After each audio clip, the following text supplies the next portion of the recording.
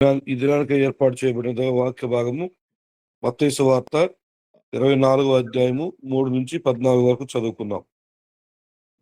ఆయన ఒలీవల కొండ మీద కూర్చుని ఉన్నప్పుడు శిష్యులు ఆయన యొద్దకు ఏకాంతముగా వచ్చి, ఇవి ఎప్పుడు జరుగును? నీ రాకడను ఈ యుగ సమాప్తికి సూచనలేవి మాతో చెప్పమనగా, యేసు వారితో ఇట్లనెను, ఎవడునూ మిమ్మల్ని మోసపరచకుండా చూచుకొనుడి. అనేకులు నా పేరట వచ్చి నేనే క్రీస్తునని చెప్పి పలువురిని మోసపరచెదరు. మరియు మీరు యుద్ధములను గూర్చియు యుద్ధ సమాచారములను గూర్చి వినబోదురు. మీరు కలవరపడకుండా చూచుకొనుడి. ఇవి జరగవలసినవి గాని అంతము వెంటనే రాదు. జనము మీదకి జనమును, రాజ్యము మీదకి రాజ్యమును లేచును. అక్కడక్కడ కరువులను, భూకంపములను కలుగును. ఇవన్నీ వేదనలకు ప్రారంభము. అప్పుడు జనులు మిమ్మల్ని శ్రమల పాలు చేసి చంపెదరు. మీరు నా నామము నిమిత్తము సకల జనముల చేత ద్వేషింపబడుదురు. అనేకులు అభ్యంతరపడి ఒకరినొకడు అప్పగించి ఒకరినొకడు ద్వేషింతురు. అనేకులైన అబద్ధ ప్రవక్తలు వచ్చి పలువురిని మోసపరిచెదరు. అక్రమము విస్తరించుట చేత అనేకుల ప్రేమ చల్లారును. అంతము వరకు సహించిన వాడెవడో వాడే రక్షింపబడును. మరియు ఈ రాజ్య సువార్త సకల జనులకు సాక్షార్థమై లోకమంతటను ప్రకటింపబడును. అటు తర్వాత అంతము వచ్చును. దేవుడు తన పరిశుద్ధ వాక్యం దీవించును గాక. ఆమేన్. మన ప్రభువైన యేసుక్రీస్తు నామంలో చేరి వచ్చినటువంటి దేవుని బిడ్డలందరికీ కూడా వందనాలు తెలియజేస్తున్నాను.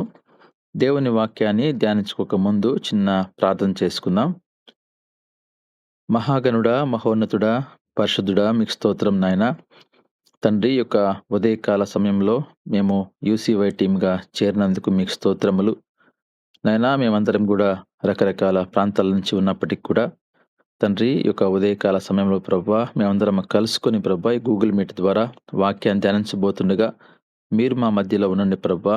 తండ్రి, నన్ను కూడా మీ బూరగా వాడుకోండి ప్రభా, మీకు స్తోత్రములు తండ్రి. నేను వింటున్న వారు ప్రభా నిద్రామత్తులై ఉండకుండా ప్రభా వారికి మంచి మనస్సును మెలకువ ఇచ్చి ప్రభా చక్కగా మీ వాక్యాన్ని వినాలి తండ్రి. అటువంటి భాగ్యము వారికి దయచేయండి తండ్రి. రాబోయే రోజుల్లో తండ్రి మా యొక్క యూసీవై టీంని కూడా తండ్రి మీరు దీవించండి.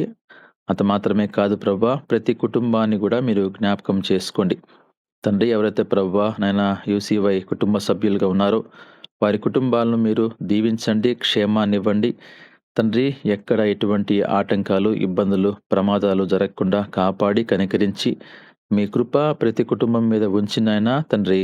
అయినా రాబోయే రోజుల్లో మీ రాజ్య వ్యాప్తి కొరకు తండ్రి మేమందరము పాటుపడాలి.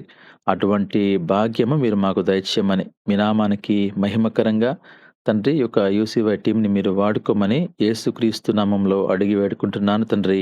ఆమెన్.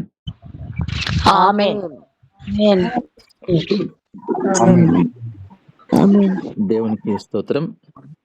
ప్రభునందు ప్రియమైన దేవుని బిడ్డలారా, మన ప్రభువైన యేసుక్రీస్తు నామములో మీ అందరికీ వందనాలు, ఉదయకాలపు శుభాలు తెలియచేస్తున్నాను.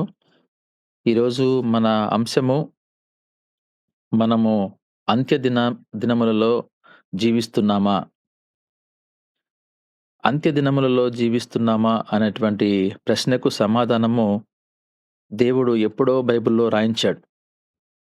ఎట్లా మనము చెప్పగలము అంటే, ఏమైతే జరుగుతున్నాయో ఈరోజు సంఘటనలు మనం గమనించినప్పుడు అంత్య దినాలలో మనం ఉన్నాము, అపాయకరమైనటువంటి దినాల్లో మనం ఉన్నాము అనడానికి సాదృశ్యంగా ఉన్నట్టుగా మనం చూస్తున్నాం.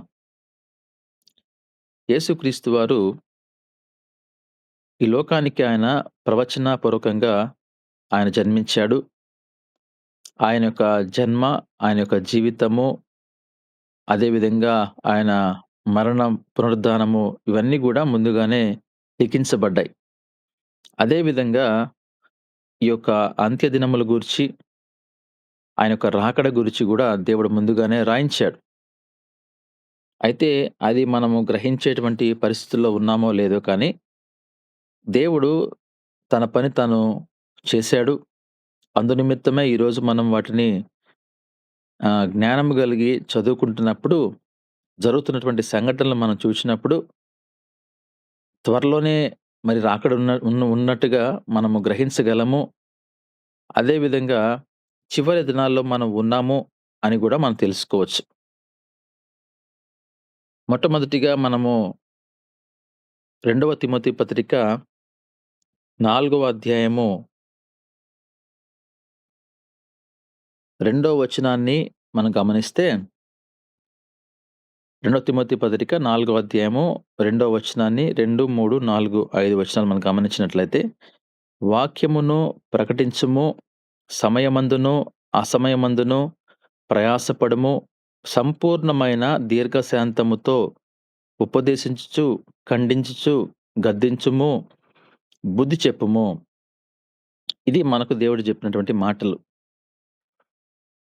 వాక్యాన్ని మనము ప్రకటించాలి. సమయమనక, అసమయమనక మనము ప్రయాసపడాలి. ఏ సమయమైతే మనకు అవకాశం వస్తుందో, ఆ సమయంలో మనము సువార్తను ప్రకటించాలి. మనము మన జీవితంలో ప్రయాసపడాలి దేవుని కొరకు. ఆ ప్రయాస అనేది మనం ఎప్పుడు కూడా మర్చిపోకూడదు. సంపూర్ణమైన దీర్ఘశాంతముతో ఉపదేశించుచు, ఎవరైతే మనము సేవ చేస్తున్నామో, సువార్థికులు కావచ్చు, సేవకులు కావచ్చు, వాళ్ళకి దీర్ఘశాంతము అవసరము. శాంతముతో మనము ఉపదేశించాలి. ఇతరులకు బోధించాలి. ఎందుకని ఈ మాటను సంబోధిస్తున్నారంటే, బోధించేటప్పుడు ఎన్నో ఆటంకాలు, ఇబ్బందులు, అవమానాలు రావడానికి అవకాశాలున్నాయి. అదే సమయంలో మనము ఖండించాలి, గద్దించుము, బుద్ధి చెప్పుము. మన వాక్యము ఖండించే విధంగా ఉండాలి. మనము ఇతరులను గద్దించే విధంగా వాక్యాన్ని తెలియజేయాలి. ఒకవేళ తప్పు లేదని జరుగుతున్నప్పుడు వాళ్ళకి బుద్ధి చెప్పే విధంగా కూడా మనం ఉండాలి అని దేవుడు మనకు తెలియజేస్తా ఉన్నాడు. ఎందుకనగా జనులు హితబోధను సహింపక దురద చెవులు గలవారై తమ స్వకీయ దురాశలకు అనుకూలమైన బోధకులను తమ కొరకు పోగు చేసుకొని, ఎందుకని ఇలా గద్దించాలి, ఖండించాలి, బుద్ధి చెప్పాలి అని దేవుడు మనతో అంటున్నాడంటే, రాబోయే రోజుల్లో ఎలాంటి రోజుల్లోకి మనం వెళ్ళిపోతున్నామంటే, వారికి ఏదైతే అనుకూలంగా ఉంటదో అటువంటి బోధకుల కొరకు వాళ్ళు ఎదురు చూస్తారంట. ఎందుకని అలా చూస్తారు అంటే, హితబోధను వారు ఇష్టపడరు. అంటే వారు మంచి బోధ, అంటే ఒక కుటుంబాన్ని కట్టుకోవాలన్నా, ఒక సంఘము బాగుపడాలన్నా, ఒక అందరం కూడా మంచి స్థాయికి ఆత్మీయంగా ఎదగాలన్నటువంటి ఒక బోధను వారు సహించలేరంట. అందుకోసం హితబోధ అనడానికి బ్రాకెట్‌లో గూడా ఆరోగ్యకరమైన బోధ, అంటే మంచి ఆరోగ్యం ఉంటది కొన్ని బోధల్లో. కొంతమంది బోధలు మనం విన్నప్పుడు గద్దించడానికి, ఖండించడానికి, బుద్ధి చెప్పడానికి ఇష్టపడరు. ఎందుకంటే ఒకవేళ అలా బోధిస్తే మనల్ని మళ్ళీ వాళ్ళు పిలవరేమో, లేకపోతే మనకు అవకాశాలు రావేమో, లేకపోతే మన సంఘ విశ్వాసులు వెనక్కి వెళ్ళిపోతారేమో అనేటువంటి వాళ్ళలో ఒక అభద్రతా భావం ఉంటది వాళ్ళలో. అయితే దేవుడు చెప్పినటువంటి మాట ప్రకారంగా అయితే ఆయన ఖండించమన్నాడు, గద్దించమన్నాడు, బుద్ధి చెప్పమన్నాడు. కనుక మనం అది అనుసరించాల్సిందే. దురాశలను అయితే ఎలాంటి బోధ వాళ్ళకిష్టమంటే, దురద చెవులు అనే మాట చక్కగా ఇక్కడ ఇచ్చాడు దేవుడు. దురద చెవులు గలవారై తమ స్వకీయ దురాశలు అనుకూలమైన బోధ అవసరం. వాళ్ళ కుటుంబానికి ఎటువంటి బోధైతే అవసరమో అటువంటి దాన్నే వాళ్ళు స్వీకరిస్తారు. అంటే వారికి సంతోషకరమైన వాతావరణము, అందరూ గూడా దీవెనల గురించి చెప్పేటువంటి వారు, ఇలా వారి యొక్క జీవితాన్ని వాళ్ళు అటువంటి బోధల కోసం ఈరోజు ఆశపడే వాళ్ళున్నారు. అయితే సత్యమునకు చెవినియ్యక కల్పనా కథల వైపునకు తిరుగు కాలం వచ్చునో. సత్యము, దేవుని వాక్యం ఏమైతే మనకు బోధిస్తుందో, ఆ వాక్యము ఉన్నది ఉన్నట్టుగా చెప్పకుండా కల్పనా కథలు ఎక్కువైపోతాయి. ఎలా ఆకర్షించాలి, ఎలా మనము మన వైపు తిప్పుకోవాలి, ఇలాంటివి వచ్చేటువంటి అవకాశం ఉంది. అయితే నీవు అన్ని విషయములలో మితముగా ఉండుము, శ్రమపడము, సువార్తికుని పని చేయము, నీ పరిచర్యను సంపూర్ణముగా జరిగించుము. దేవుడు మనకు చెప్తున్న మాటలు ఇవన్నీ కూడా. మనము శ్రమపడాలి. మనము చాలా మితముగా ఉండాలి. ఎక్కువగా మనము మాట్లాడడము, లేకపోతే అనవసరమైన వాటిల్లో మనం తలదూర్చడము అలా ఉండకుండా, దేవుని యొక్క జ్ఞానము కలిగి మనము సువార్తను ప్రకటించాలి. దేవుని పని మనం చేయమని చెప్తున్నాడు. ఇక్కడ మనము ఇతర విషయాల్లో ఇన్వాల్వ్‌మెంట్ అవ్వడం కంటే గూడా, దేవుని పనిలో మనం నిమగ్నం అవ్వాలి. ఈ రోజున దేవుని పని పక్కన బెట్టి, ఎక్కువ విషయాల్లో, అన్ని విషయాల్లో ఇంట్రెస్ట్ చూపిస్తున్న వారు అనేక మంది ఉంటున్నారు. అయితే మనము ఎటువంటి పరిస్థితుల్లో మనం జీవించాలని దేవుడు క్లియర్‌గా రాయించాడు. ఎలా మనం బోధించాలని చెప్పాడు. ఎలాంటి వారు ఉంటారో గూడా ఆయన చెప్పాడు. ఇవన్నీ గూడా మనం చదివినప్పుడు, ఇప్పుడు జరుగుతున్నటువంటి కాలము ఇలాగనే ఉంది అని మనకు తెలియజేస్తున్నట్టుగా మనం చూస్తున్నాం. ఒకసారి మత్తయి సువార్త 24 అధ్యాయము 6 వచనాన్ని మనం గమనించినప్పుడు, మరియు మీరు యుద్ధములను గూర్చియు, యుద్ధ సమాచారములను గూర్చియు వినబోదురు. మీరు కలవరపడకుండా చూచుకొనుడి. ఇవి జరగవలసి ఉన్నవి, కానీ అంతము వెంటనే రాదు. యుద్ధం అనేది ఆ సమాచారం మనం వింటాము. అదే సమయంలో ఆ యొక్క యుద్ధాలు జరుగుతాయి. అయితే మీరు భయపడొద్దు. ఈరోజు అమెరికా, ఇరాన్ మధ్య యుద్ధాలు జరుగుతూ ఉన్నాయి. అంత మాత్రమే కాదు, కొన్ని దేశాల మధ్య ఇంటర్నల్ వార్స్ జరుగుతున్నాయి. మరి ఈ సమాచారం మనం విన్నాము, ఈరోజు చూస్తున్నాము. అయితే మనం వాక్యం అంటున్న మాట, భయపడొద్దు, కలవరపడొద్దు. అవి జరగాల్సిందే. అవి జరగకపోతే మరి అంతమెలా వస్తది? అయినప్పటికి కూడా అంతము వెంటనే రాదు. ఇది ప్రారంభం మాత్రమే. ఇంకా ఇలాంటివి ఎన్నో జరగాలి. ఆయన అంటున్నాడు, ఇలాంటివి ఎన్నో జరగాలి ఇంకా. మనము దేవుని వాక్యాన్ని క్షుణ్ణంగా గమనించినప్పుడు, మత్తయి సువార్త 24 అధ్యాయంలో మనము మొట్టమొదటి భాగానికొచ్చినప్పుడు, 2వ వచనంలో, అందుకాయన మీరు ఇవన్నీయు చూచుచున్నారు కదా! రాతి మీద రాయి ఒకటైనను ఇక్కడ నిలిచి ఉండకుండా పడద్రోయబడునని మీతో నిశ్చయముగా చెప్పుచున్నానని వారితో అనెను. ఆయన ఒలీవ కొండ మీద కూర్చుండి ఉన్నప్పుడు శిష్యులు ఆయన యొద్దకు వచ్చి, ఏకాంతముగా వచ్చి, ఇవి ఎప్పుడు జరుగును? అంటే ఎప్పుడిది రాతి మీద రాయి ఒకటైనను ఇక్కడ నిలవకుండా పడద్రోయబడును ఎప్పుడయ్యా ఇది జరిగేది? నీ రాకడ, యుగ సమాప్తికి నీ సూచనలేంటి? నీ రాకడకు సూచనలేందయ్యా? నువ్వు ఎప్పుడొస్తావు మళ్ళీ? నీ రెండో రాకడ ఎప్పుడు? మరి ఆ సూచనలేంటి? ఎప్పుడు ఈ యొక్క యుగ సమాప్తి జరుగుతుంది? ఎప్పుడు అంతమొస్తుంది? సూచనలేమన్నా ఉన్నాయా? అన్నప్పుడు యేసు వారితో ఇట్లనెను, ఎవడను మిమ్మును మోసపరచకుండా చూచుకొనుడి. జాగ్రత్త, మనం మోసపోకూడదు. ఎవరు గూడా నిన్ను మోసపరచకూడదు అని చెప్తూ ఆయన చాలా విషయాలు మన కింద చెప్తూ వచ్చాడు. అనేకులు నా పేరట వచ్చి నేనే క్రీస్తునని చెప్పి పలువురిని మోసపరచెదరు అంటారంట. నేనే క్రీస్తుని. నేనే ఆ యేసుక్రీస్తు ఎవరో కాదు, నేనే. ఇలాంటి రోజులు కూడా రాబోతున్నాయి. కానీ ఇలాంటి విషయాలు గూడా మనము నెట్‌లో మనం చూడొచ్చు. గూగుల్‌లో మనం సెర్చ్ చేస్తే ఆల్రెడీ ఇలాంటివి జరుగుతున్నట్టు గూడా మనం చూస్తున్నాం.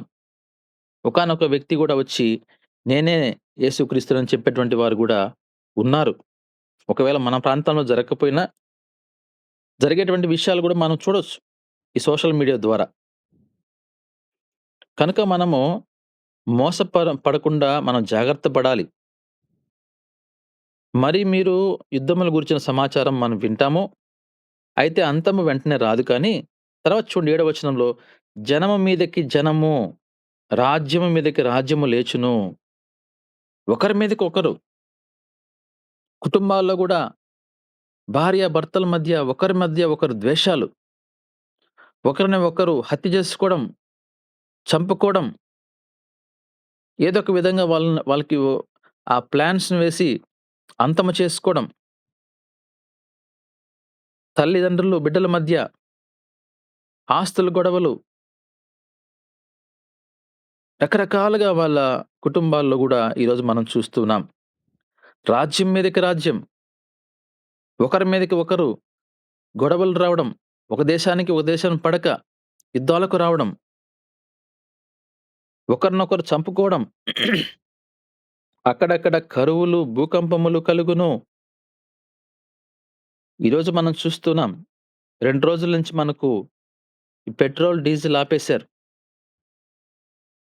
దొరకని దొరకనటువంటి ఒక సంక్షోభం.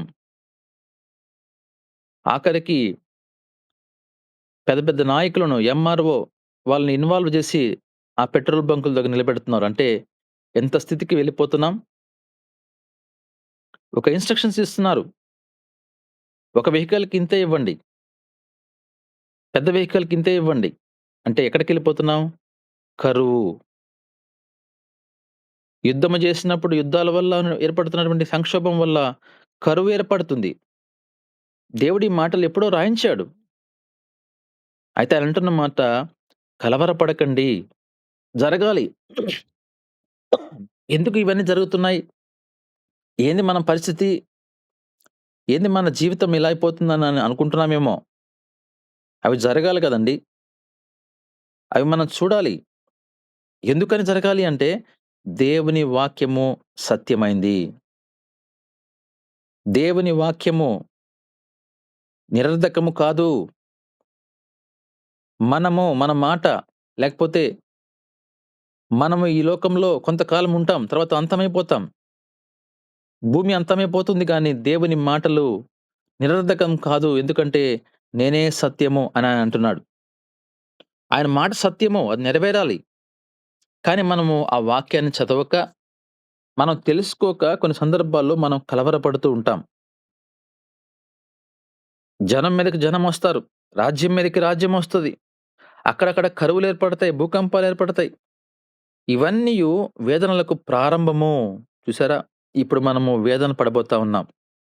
ఇది ప్రారంభం మాత్రమే. ఇలాంటివి ఎన్ని జరగాలనో, ఎన్ని మనం అనుభవించాలనో, ఎన్ని మనం చూడబోతున్నామో, అప్పుడు జనులు మిమ్మును శ్రమల పాలు చేసి చంపెదరు. చంపెదరు. జనం మీదకి జనమొచ్చేస్తాం. ఈ కరువుల్లో, ఈ కాటకాల్లో, ఈ భూకంపాల్లో ఇయన్నీ మనం చూస్తున్నప్పుడు ఆహారం దొరక్కనో, లేకపోతే ఇతర విషయాల కొరకునో, డబ్బు కొరకునో చంపేస్తారు. శ్రమల పాలు జేస్తారు. చంపేస్తారు మనల్ని. ఈరోజు మనం చూస్తా ఉన్నాం మన సువార్త వెళ్తున్నటువంటి ప్రాంతాలు. కొన్ని ప్రాంతాలు మనం చూసినప్పుడు ఆటంకాలు, చర్చిలు కూలదోయడం, మనుషులను చంపేయడం, అన్యాయంగా సేవకులను, సువార్థికులను, పాస్టర్స్‌ను అన్యాయంగా చంపేయడం, సాక్ష్యాలు లేకుండా చేయడం, ఇవన్నీయు వేదనలకు ప్రారంభము. కాబట్టి చంపేస్తారు జాగ్రత్త. మీరు నా నామమున నిమిత్తము సకల జనముల చేత ద్వేషింపబడుదురు. దేవుని నామాన్ని బట్టి. మనం సేవ చేస్తున్నప్పుడు మనకు ద్వేషించేవారు ఎక్కువైపోతారు. మంచి పని చేస్తున్నప్పుడు అసూయపడేవాళ్ళు ఎక్కువైపోతారు. మనల్ని మన మంచి పనుల కంటే కూడా చెడ్డ పనుల గురించి ఎక్కువగా ఫోకస్ చేసి వాటిని ప్రచురపరిచేవాళ్ళు. దేవుని పరిచర్య చేస్తూ మనం వెళ్తున్నప్పుడు, మనం ఎన్నో మంచి పనులు చేస్తే, ఆ మంచి పనులన్నీ గూడా బయటికి తీసుకొని రారు. మనిషి స్వభావం అది. ఏదైతే ఒక చిన్న పొరపాటు జరుగుతదో, ఆ పొరపాటుని తీసుకొనొచ్చి బయట పెట్టేటువంటి పరిస్థితులు చేస్తాయి. ఎందుకని? నిన్ను అవమానపరచాలి. నిన్ను కించపరచాలి. నువ్వు అందరిలో మానసికంగా ఇబ్బంది పడాలి. కారణం అసూయ. దేవుడెప్పుడో తెలియజేశాడు. అసూయపరులు ఆ రోజున కయీను, హేబెలు విషయంలో మొట్టమొదట్లో ప్రారంభమైంది అసూయే కదండీ! ఎందుకు మనం దిగులు పడాలి? ఎందుకు మనం బాధపడాలి? సొంత అన్నదమ్ముల మధ్య అసూయ ఉన్నప్పుడు, ఈ రోజున ఒక సంఘంలో అసూయ ఉండదా? ఒక టీమ్‌లో అసూయ ఉండదా? ఒక మనుషుల మధ్య, ఒక విశ్వాసుల మధ్య అసూయ ఉండదా? సొంత రక్తంతో పుట్టినటువంటి బిడ్డలకి, అన్నదమ్ములకి అసూయ ఉన్నప్పుడు ఎందుకు అసూయ ఉండదు? అసూయ ద్వారా ఏమొస్తుంది? ద్వేషం వస్తుంది. అసూయ ద్వారా ఏమొస్తుంది? మనం చేసిన మంచి పనులు బయటికి చెప్పడానికి ఇష్టపడరు. ఏదైనా ఒక చిన్న చెడ్డ విషయమో లేపోతే ఏదైనా ఒక జరిగినప్పుడు దాన్ని వెంటనే అందరికి ఫోకస్ చేసే పరిస్థితిలో ఉన్నాము అంటే అసూయపరులుగా మనం ఉన్నాం. అయితే నువ్వు గుంట తవ్వుకుంటున్నావు కదా! ఆ గుంటలో నువ్వే పడతావు. ఇది మాత్రం సత్యం. దేవుని వాక్యం బోధిస్తుంది ఆ మాటే. ఎవరైతే గుంట తవ్వుతారో ఆ గుంటలో వాళ్ళే పడతారు. ఎవరైతే ఏమైతే విత్తుతారో ఆ పంటను ఖచ్చితంగా కొయ్యాల్సిందే. అయితే కోసే సమయం వస్తుందిగా. మనం పంట వేసినప్పుడు వెంటనే పంట మనం కొయ్యగలుగుతామా? లేదు. ఆ పంట ఆ యొక్క విత్తనాలు నారేసినప్పుడు అది నాట్లు మనం వేసిన తర్వాత ఆ పంట పొలము పెద్దదవ్వాలి. అది బాగా ఎత్ ఎ ఎత్ ఎదగాలి. తర్వాత దాన్ని మనకు పండాలి, విత్తనాలు రావాలి, మనం కోసుకోవాలి, ఆ వరిని అమ్ముకోవాలి. టైము 4 నెలలు పంట వరి. ఇలాంటివి ప్రతిదానికి గూడా ఒక సమయం ఉంటది. తొందరపడితే ఎలా? ఇట్లాంటి అన్యాయస్తులు ఉంటారని దేవుడు ఎప్పుడో రాయించాడు. ఏదైనా ఒక సంఘము డెవలప్ అవుతున్నప్పుడు, ఒక టీము ముందుకు వెళ్తున్నప్పుడు అసూయపరులు వెనక బయలుదేరతారు. వెనక వారు సీక్రెట్‌గా మాట్లాడుకుంటూ ఉంటారు. అవమానపరుస్తారు. దాన్ని జరగకుండా చేయడానికి ప్రయత్నిస్తారు. కనుక మనం గమనించినప్పుడు దేవుడు వాక్యం ఎప్పుడో రాయించాడు. ఇవన్నీ జరుగుతాయి. అనేకులు అభ్యంతర అభ్యంతరపడి ఒకరినొకడు అప్పగించి, ఒకరినొకడు ద్వేషింతురు.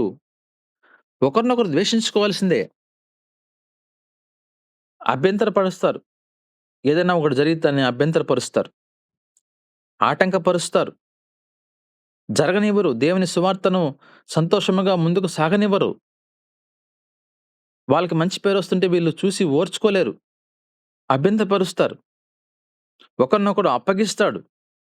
ఒకరినొకడు అవమానపరుస్తాడు. వాడు లేనప్పుడు వీడి గురించి మాట్లాడి వాడిని అవమానపరుస్తారు. వాళ్ళ ముందు మాట్లాడేటువంటి యథార్థత వాళ్ళలో ఉండదు. ధైర్యంగా మనం ఏదైనా చెప్పాలంటే వాళ్ళ ముందు డైరెక్ట్‌గా మనం చెప్పడానికి ఆ ధైర్యం ఉండదు. వెనక నుంచి చెప్పడం. ఒక అభ్యంతరపరుస్తారు. అదే విధంగా అప్పగిస్తారు. ఒకరినొకరు ద్వేషిస్తాడు. దేవుని వాక్యం సెలవిస్తుంది గదా! ద్వేషించబడతాం మనం. మంచి వారిని ద్వేషిస్తారు. అందుకే దేవుడెప్పుడో రాయించాడు. నా నిమిత్తము, నా గురించి ఒకవేళ నువ్వు సేవ చేస్తా, సువార్త చేస్తా, ముందుకెళ్తున్నప్పుడు నా నిమిత్తము జనులు మిమ్మల్ని హింసిస్తారు, నిందిస్తారు. మీ మీద అబద్ధముగా చెడ్డ మాటలు చెప్తారు. అబద్ధముగా చెడ్డ మాటలు. అబద్ధముగా చెడ్డ మాటలు. అబద్ధాలతో కూడినటువంటి చెడ్డ మాటలు కూడినటువంటి మాటలు మాట్లాడతారు. సంతోషించుడి, ఆనందించుడి. చూడండి ఎంత మంచి మాటో. ఆయన మనల్ని ఎంకరేజ్ చేస్తున్నాడు. ఇక్కడ ప్రజలు ఎంకరేజ్ చేయరు. ఇక్కడ ప్రజలు మనల్ని డిస్కరేజ్ చేస్తారు. కానీ దేవుడంటున్నాడు, "నువ్వు సంతోషించు నాయనా, నువ్వు ఆనందించు. ఎందుకు నువ్వు బాధపడతావు? దేవుని వాక్యము నీ జీవితంలో నెరవేరుతుంది. నువ్వు చేస్తున్నటువంటి సేవను బట్టో, లేకపోతే సువార్తను బట్టో, నీ కుటుంబాన్ని బట్టో నువ్వు ద్వేషించబడతావు. సంతోషించు, ఆనందించు. పరలోకమందు నీ ఫలం అధికమగును." పరలోకంలో నీ ఫలము ఎలాంటి ఫలం తెలుసా? అధికమైన ఫలము. మంచి ఫలం దేవుడు అక్కడ నీకిస్తాడు.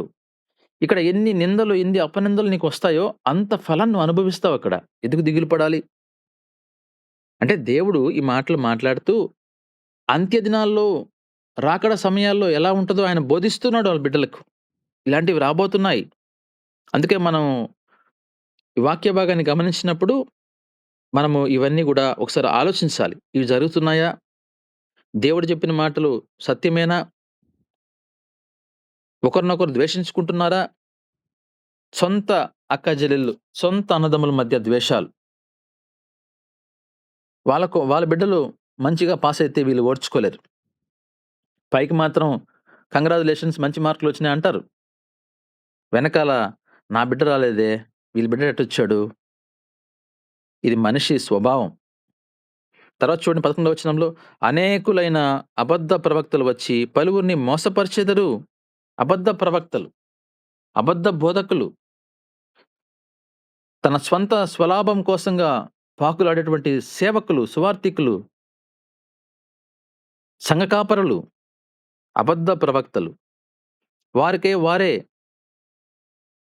అందరినీ వాళ్ళని లోపరుచుకున్నటువంటి పరిస్థితిలో ఉన్నటువంటి వారు.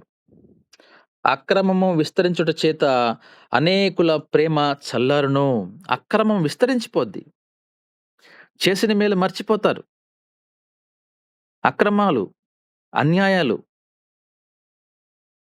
అటువంటి చాటు మాటు మాటలనే విలువిస్తారు. యథార్థంగా బయటికి చెప్పలేరు. లోపలే మాట్లాడుతూ లోపలే అన్ని చేస్తా ఉంటారు. అక్రమాలు చేస్తారు. అనేకులకు ప్రేమ చల్లారిపోతది. ఈ ప్రేమ అనే విషయాన్ని మనం గమనించినప్పుడు చల్లారిపోతుంది అని చెప్తున్నాడు దేవుడు, చూసారా? అందుకోసమే ప్రేమ, యేసుని ప్రేమ అది ఎవ్వరు మరువలేనిది అని భార్యాభర్తల గురించి, ప్రేమ గురించి వర్ణిస్తాడు. ఆ భార్యాభర్తల ప్రేమ చెప్తూ అది పువ్వులాగుంటది, ఒకరోజు బాగా వికసిస్తది, వాడిపోద్ది అనే ప్రేమను అక్కడ సంబోధిస్తాడు ఆ రాసినటువంటి రచయిత. అదే విధంగా మనం చూసినప్పుడు తల్లిదండ్రుల మధ్య ప్రేమ గురించి కూడా వివరిస్తాడు. బంధుమిత్రుల ప్రేమ గురించి వివరించి యేసయ్య ప్రేమ మాత్రమే శాశ్వతమైన ప్రేమ అని వర్ణిస్తారు. కాబట్టి ఈ ప్రేమల గురించి మనము అవ్వాల్సిన అవసరం లేదు. ఈరోజు నువ్వు బాగుంటే నిన్ను ప్రేమిస్తారు. ఏదైనా సహాయం చేస్తే ప్రేమిస్తారు. కొద్దిగా ఏదైనా సరే కొంత ఒకవేళ నువ్వు గాని వాళ్ళకి న్యాయం చేయకపోతే, వాళ్ళని గౌరవించకపోతే, వాళ్ళకివ్వాల్సినటువంటి ప్రాముఖ్యత ఇవ్వకపోతే, నీ వెంటనే వెనకాలే అందరితో గుంటలు తవ్వుతా ఉంటారు ఇంకా. అక్రమం అంటారు దాన్ని. అనేకులు ప్రేమ చల్లారిపోతది. అందుకే గమనించారా? మన పూర్వీకులు ఉన్నటువంటి ప్రేమ ఇప్పుడు మనలో లేదు ఆ ప్రేమ. మీరు కావాలంటే బాగా గమనించండి. మా తాతయ్య, మా అమ్మమ్మ, లేకపోతే మా తాతయ్య, మా నానమ్మ గారు, వాళ్ళ ప్రేమలు, వాళ్ళ విధేయతలు, వాళ్ళ యొక్క ప్యూర్ హార్ట్ ఇప్పుడు లేదు. మా తల్లిదండ్రుల కాలము ఇంకా కొంతుండేది. ఆ ప్రేమతో అంటే ఆ పూర్వీకుల ప్రేమతో పోలిస్తే వీళ్ళు కొద్దిగా పర్వాలేదు. ఇప్పుడు మన కాలంలో అస్సలు లేదు ప్రేమ. వేషధారణ. ఎప్పటికప్పుడు వేషధారణ. ఏ సమయానికి ఆ సమయం. భార్యాభర్తలు గావచ్చు, ఉద్యోగస్తులు గావచ్చు, సంఘంలో పరిచారకులు, సంఘంలో విశ్వాసులు, సంఘ కాపరులు గావచ్చు, ఒక టీమ్ మెంబర్స్ గావచ్చు, ఇంకొకటి గావచ్చు, అప్పటికప్పుడు వేషధారణ. ఆ ప్రేమ చల్లారిపోద్దని దేవుడు చెప్పాడుగా. ఆ ప్రేమ చల్లారకపోతే దేవుని వాక్యం మరి నెరవేరుతదండి? మీరు చెప్పండి. అంటే దాని అర్థమేందంటే కల్ముషం అనేది పెరిగిపోతుంది. విషపు చుక్కలు ఏసేస్తున్నారు. ప్రేమ చల్లారిపోతది. అంతము వరకు సహించువాడెవడో వాడే రక్షింపబడును. అంతము వరకు మనం సహించాలి. అంతము వరకు మనం సహించాలి, తప్పదు. ఆయన రాసేసాడు క్లియర్‌గా. నువ్వు రక్షించబడాలంటే నువ్వు అంతం వరకు సహించాలి. నువ్వు మధ్యలో వాళ్ళు తిట్టారు గదా! నువ్వు తిడితే ఎలా? వాళ్ళేదో అన్నారు గదా! మనం చేస్తే ఎలా? మనము సహించమనే దేవుడు చెప్తా ఉన్నాడు గదా! ఈరోజు అంతగా మనం సహిస్తున్నాం గాబట్టే ఈరోజు క్రైస్తవులకి మంచి పేరుంది. ఈరోజు మనము ఆ సహించే గుణం మనలో లేనప్పుడు ఒకవేళ మనము, వారు ఒకటైపోతాం గదా! అన్యులు మనము ఒకటైపోతాం గదా! దేవుని వాక్యం మనకేం బోధిస్తుంది? సహించాలని చెప్తుంది గదా! సహించాలి అని అంటున్నాడాయన. అంతము వరకు సహించాల్సిందే. చివరి దాకా, చివరి క్షణం దాకా. ఆయన రెండవ రాకడ వరకు. ఈ యొక్క లోకమంతమయ్యే వరకు సహించాలి. అప్పుడు నీవు రక్షింపబడతావు. మరియు ఈ రాజ్య సువార్త సకల జనులకు సాక్షార్థమై లోకమందంతటను ప్రకటింపబడును. రాజ్య సువార్త. దేవుని యొక్క గొప్ప సువార్త, ఆయన రక్షణ సువార్త, ఆయన ప్రేమ సువార్త, ఆయన యొక్క జనన మరణ పునరుద్ధానం యొక్క సువార్త రాజ్యమంతా ప్రకటింపబడాలి. సకల జనులకు మనం తెలియచేయాలి. లోకమందంతటా ప్రకటింపబడాలి. ఎన్ని దేశాలున్నాయో ప్రపంచంలో, అన్ని దేశాల్లో, అన్ని రాష్ట్రాల్లో, అన్ని జిల్లాల్లో అదంతా ప్రకటింపబడిన తర్వాత అటు తర్వాత అంతము వచ్చును. ఇంత చక్కగా బోధించాడండి దేవుడు. మన దేవుడు గొప్ప దేవుడండి. ఆయనకు సమస్తం తెలుసు. అటు తర్వాత అంతము వచ్చును. ఆయన మనం చదువుకున్న ఈ వాక్య భాగంలో ప్రతి విషయం కూడా సత్యమే గదండీ! ప్రతి విషయం మనం జరుగుతున్న విషయాలే గదా! మనం చూస్తున్నాం గదా ఆ విషయాలు. గమనించారా? ఇన్ని విషయాలు మనము ఈరోజు మనతో దేవుడు మాట్లాడుతున్నాడు. అంత్య దినాలలో మనం ఉన్నాము అనడానికి సాదృశ్యంగా ఇవన్నీ మనకు దేవుడు చెప్తూ ఉన్నాడు. కనుక సత్యం అనేది వక్రీకరించబడుతది. యుద్ధాలు, యుద్ధ సమాచారాలు వింటాము. రాజ్యాల మీదకి రాజ్యాలు, జనముల మీదకి జనములొస్తాయి. ప్రేమ అనేది ఉండదు. సహోదరుల మధ్య ప్రేమ, భార్యాభర్తల మధ్య ప్రేమ, అన్నదమ్ముల మధ్య ప్రేమ, సంఘం మధ్య ప్రేమ, కాపర్ల మధ్య ఐక్యత ఉండదు. కాపర్ల మధ్య ద్వేషము, అసూయ, కలహాలు పెరిగిపోతాయి. రకరకాల ప్రకృతి విపత్తులు జరుగుతాయి. భూకంపాలు, కరువులొస్తాయి, సునామీలొస్తాయి, కరోనా లాంటివి వస్తాయి. ఇంకా రకరకాల వైరస్‌లొస్తాయి. ఇవన్నీ మనం చూడాల్సిందే. అపహాసకులు పెరిగిపోతారు. చూడండి 2 పేతురు పత్రిక 3వ అధ్యాయం 3వ వచనంలో ఈ మాట చదివి నేను ముగిస్తాను. 3వ అధ్యాయం 3వ వచనంలో అంత్య దినములలో అపహాసకులు అపహసించుచు వచ్చి తమ స్వకీయ దురాశల చొప్పున నడుచుకొనుచు. అపహాసకులొస్తారు అంత్య దినాల్లో. అదే పని వాళ్ళకి. ఇతరులను అపహసించడమే వాళ్ళ పని. ఎంత ఆత్మీయంగా ఎదిగినప్పటికి కూడా. ఈరోజు మనం చూస్తా ఉన్నాం. సంఘ కాపరులే, వాక్యాన్ని బోధించేవారే అపహాసకులుగా తయారైపోతున్నారు. వాళ్ళ పని ఎక్కడైనా కూర్చున్నప్పుడు అదే మా నాన్న అంటాడు. మా పాస్టర్స్ ఎవరైనా మా ఇంటికి ఎక్కువ విజిటింగ్ వచ్చేవారు పాత రోజుల్లో. నాన్న ఒకటే చెప్పేవాడు. మీరొచ్చారు గదండీ! లోకము సంబంధించిన మాటలు కాదు. ఏదైనా వాక్యం గురించి మాట్లాడుకుందామా అనేవాడు. వారు పనేంటి? సేవకులు పనేంటి? దేవుని వాక్యాన్ని బోధించడం. ఇంత గొప్ప వాక్యము పరిశుద్ధ గ్రంథం దేవుడు మనకిస్తే, ఆ దేవుని వాక్యాన్ని మాట్లాడుకోకుండా ఇతర మాటలు మనకెందుకు అనేవాడు నాన్న. ఏదైనా ఒక డిస్కషన్ మొదలుపెట్టండి అనేవాడు మా నాన్న. అపహసించడం, అపహాసకులు అపహసించుచు వచ్చి తమ స్వకీయ దురాశలండి. ఈ మాటను మీరు అండర్‌లైన్ చేసుకోండి. స్వకీయ అంటే సొంత దురాశల వల్ల. అంటే వాళ్ళని పైకి తీసుకొని రావాలి. నేను ఫోకస్ అవ్వాలి ఇతరులకి. కాబట్టి ఇంకొకరిని తొక్కేద్దాం. నేను ముందుకు రావాలి. స్వకీయ సొంత దురాశలు. అంటే వాళ్ళ గురించి గొప్పగా చెప్పుకోవాలంటే వీరిని ఏదైనా కించపరచాలి. స్వకీయ దురాశల చొప్పున నడుచుకుంటారంట.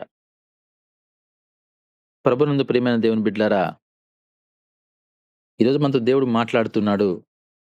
ఈరోజు మన పరిస్థితి ఎలా ఉంది? అంత్య దినాల్లో దేవుడు చెప్తున్నటువంటి విషయాలు జరుగుతున్నాయా? ఒకసారి ఈ వాక్య భాగాన్ని అందరూ గూడా చదవండి మరొకసారి. అదే సమయంలో సమాజాన్ని గమనించండి. మీ సంఘాన్ని గమనించండి. మీ కుటుంబాన్ని గమనించండి. ప్రపంచాన్ని గమనించండి. ఒకవేళ ఇలాంటివి జరుగుతున్నట్లయితే దేవుడు త్వరలో రాబోతున్నాడు. అంత్య దినాల్లో మనం ఉన్నాం. ఇలాంటివి జరగాలని దిగులు పడొద్దు, బాధపడొద్దు, కలవరపడాల్సిన అవసరం లేదు. ఎందుకంటే అవి జరగకపోతే అంతం రాదుగా. అవి జరగకపోతే మరి రెండో రాకడ రాదుగా. మనం ఏం చేస్తాం? ఇలాంటివి మనుషులు తయారవుతారు. ఇలాంటి స్వభావం ఉంటది ఈ రోజున. ప్రేమ లేదు సంఘాల్లో. వాళ్ళు ప్రేమ గురించి ప్రకటిస్తారు. సంఘంలో ప్రేమ లేదు. వాళ్ళు ప్రేమ గురించి ప్రకటిస్తారు. వాళ్ళు ఇతరులని ప్రేమించలేరు. వాళ్ళు మళ్ళీ దేవుని ప్రేమ గురించి ప్రకటిస్తారు. కుటుంబాల్లో ప్రేముండదు. వాళ్ళు ప్రేమ గురించి బోధిస్తారు. సమాజంలో వాళ్ళు ప్రేమ చూపించలేరు. ఇతరులని ప్రేమించలేరు. వాళ్ళు ప్రేమ గురించి బోధిస్తారు. అక్రమము, అన్యాయము. దేవుడు మనతో ఈరోజు మాట్లాడుతున్నాడు. ఇలాంటి జరగాల్సిందే. చెప్పేదొకటి, చేసేదొకటి బోధ. మనం చెప్పే బోధ ఒకటి. మనం చేసేటువంటి ప్రవర్తన ఒకటి. ఎప్పుడైతే మనం చెప్పేది ఒకటుంటదో, చేసేది మరొకటుంటదో, నువ్వు సక్రమంగా బోధించలేవు. నువ్వు ఖండించలేవు. నువ్వు బుద్ధి చెప్పలేవు. నువ్వు గద్దించలేవు. నీకు రాదు. ఎందుకొస్తది? ఎందుకంటే నువ్వు చెప్పే వాక్య ప్రకారం నువ్వు జీవించినప్పుడు మాత్రమే నువ్వు గద్దించగలవు. నువ్వు గద్దించలేకపోతున్నావు, ఒక తప్పుని ఖండించలేకపోతున్నావంటే, నువ్వు దాన్ని సవరిస్తున్నావు అంటే, నువ్వు గూడా తప్పు చేస్తున్నావని అర్థంగా? ఒక హత్య జరిగినప్పుడు నువ్వు చూసినప్పుడు, ఆ హత్యను ఖండించకుండా నువ్వు దాన్ని ఏదో ఒక విధంగా మాఫీ చేయాలని చూస్తున్నావంటే, ఆ హత్యలో నీకు గూడా భాగం ఉన్నట్టే కదా! ఎందుకని ఏ1, ఏ2 అని, ఏ3 అని ఎందుకిస్తారు? అందరూ తప్పు చేసిన వాళ్ళే. హత్య చేసిన వాడు ఒకడు. కానీ దానికి సహకరించిన వాళ్ళు, ఫోన్‌లో మాట్లాడిన వాడు కూడా తప్పు చేసినోడే. ఫోన్‌లో మాట్లాడి వాడి యొక్క సమాచారాన్ని ఇచ్చినోడు తప్పు చేసినోడే. గమనించారా మీరు ఈ విషయాన్ని? ప్రభునందు ప్రియమైన దేవుని బిడ్డలారా, దిగులు పడాల్సిన అవసరం లేదు. భయపడాల్సిన అవసరం అంతకంటే లేదు. నువ్వు సత్యమైన మార్గంలో వెళ్తున్నప్పుడు, అనేక మంది మనల్ని ఈ విధంగా వచ్చి నిందించినప్పుడు, లేకపోతే ఇలాంటి మన గురించి నిందలు వేసినప్పుడు దిగులు పడాల్సిన అవసరం లేదు. దేవుని వైపు చూస్తూ మనం ముందుకు కొనసాగాలని మీకు తెలియజేస్తావు. మనం అంత్య దినాల్లో ఉన్నామనేటువంటి విషయాన్ని, జీవిస్తున్నామనే విషయాన్ని గ్రహించాలని, ఈ వాక్య భాగం ద్వారా మనందరం కూడా ధైర్యం తెచ్చుకొని ముందుకు కొనసాగాలని, ఈ వాక్య భాగాన్ని మీకు తెలియజేస్తూ నేను ఈ యొక్క వాక్యాన్ని ముగిస్తున్నాను. దేవుడు ఈ పరిశుద్ధ వాక్యాన్ని మన హృదయంలో భద్రపరిచి మన జీవితంలో గొప్ప కార్యాలు చేయనుగాక. ఆమేన్. Thank you sister. దేవునికి స్తోత్రం. ప్రార్థన చేసుకుందామండి. పరిశుద్ధుడా, ప్రేమ నమ్మకం కలిగిన ప్రియ పరలోక తండ్రి, నీ ఘనమైన నామానికి లెక్కింపలేని స్తుతి స్తోత్రములు చెల్లిస్తూ ఉన్నానయ్యా. ఏమాత్రం అర్హత లేని, యోగ్యత లేని నన్ను మమ్మల్ని ప్రభా, ఈ ఉదయకాల సమయంలో ప్రభా తండ్రి నాయన ఆయుష్నిచ్చి ప్రభా తండ్రి నాయన నిన్ను స్తుతించుటకు, ఘనపరచుటకు ప్రభా ఈ దినమును ఇచ్చినందుకై నీకు వేలాది వందనాలు, స్తుతులు, స్తోత్రములు చెల్లిస్తూ ఉన్నాను ప్రభా. ఇంతవరకు నాయన భారభరితమైన తండ్రి నాయన ఈ కూడికను జరిపించినందుకే నీకు వందనాలు చెల్లిస్తూ ఉన్నాను ప్రభా. మరి తండ్రి నాయన ఇతబడిన వాక్యము ప్రభా అందరి హృదయాల్లో ప్రభా ఫలింపచేయండి తండ్రి నాయన. అంత్య దినంలో ఉన్నామని తండ్రి నాయన నీ లేఖనాలు సెలవిస్తున్నాయి ప్రభా. యుద్ధాలు, భూకంపాలు, అలాగే జనం మీదకి జనము తండ్రి నాయన, రాజ్యాల మీదకి రాజ్యాలు వస్తాయని మీరు ముందుగానే లెక్కించారు. అవును ప్రభా. తండ్రి నాయన అబద్ధ బోధికులు వస్తారని, అబద్ధ ప్రవక్తకులు వస్తారని ప్రభా మీరు ముందుగానే లెక్కించారు ప్రభా. అవును తండ్రి నాయన. అయా మరి అంత్య దినముల్లో మేమున్నాం ప్రభా.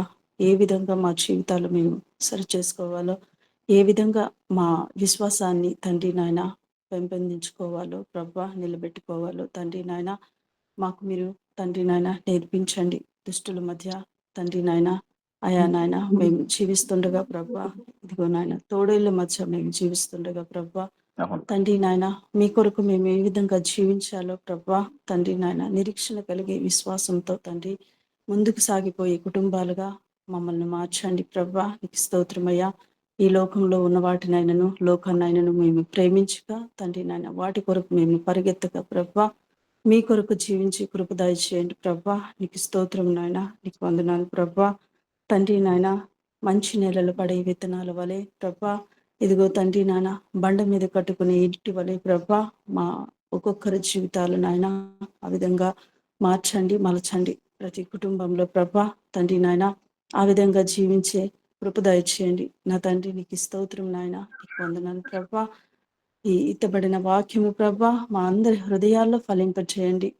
విని విడిచిపెట్టే వారముగా ఉండక ప్రభా మా అందరి హృదయాల్లో వాటిని భద్రపరుచుకొని ప్రతి దినము ప్రభా వాటిని మేము నెమరు వేసుకొని తండ్రి నాయన ఈ అంతకాలంలో ప్రభా తండ్రి ఏ విధంగా జీవించాలో, ఏ విధంగా బ్రతకాలో ప్రభా మాకు మీరు నేర్పించండి తండ్రి నాయన.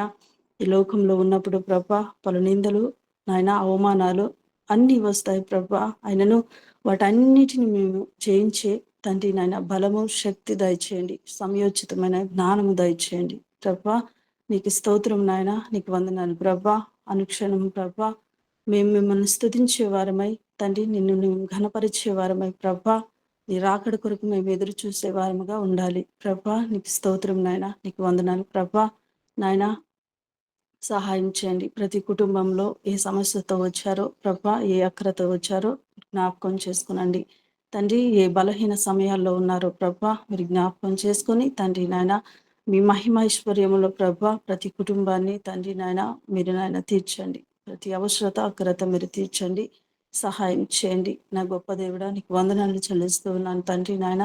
ఇదిగో నాయన, మరి నాయన ఇంతవరకు వాక్యము నాయన బోధించిన అన్నను, సిస్టర్ను, వారికి ఇచ్చిన బిడ్డలను జ్ఞాపకం చేసుకోనండి తండ్రి నాయన. అలాగే తల్లిగారిని కూడా జ్ఞాపకం చేసుకోనండి. వారి రక్త సంబంధికులను జ్ఞాపకం చేసుకోనండి.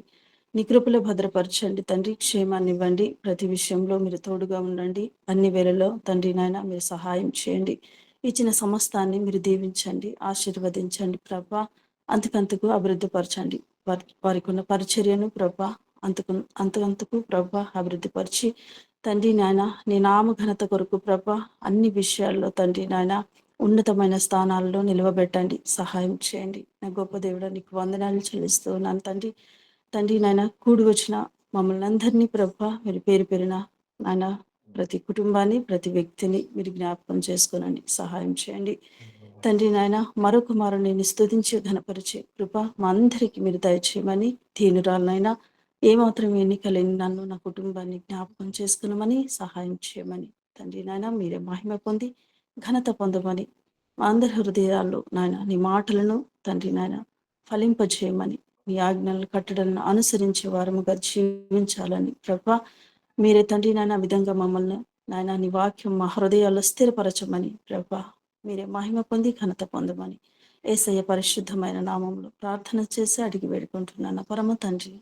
ఆమేన్. ఆమేన్. ఆమేన్. ఆమేన్. దేవునికి ఆమేన్. స్తోత్రం.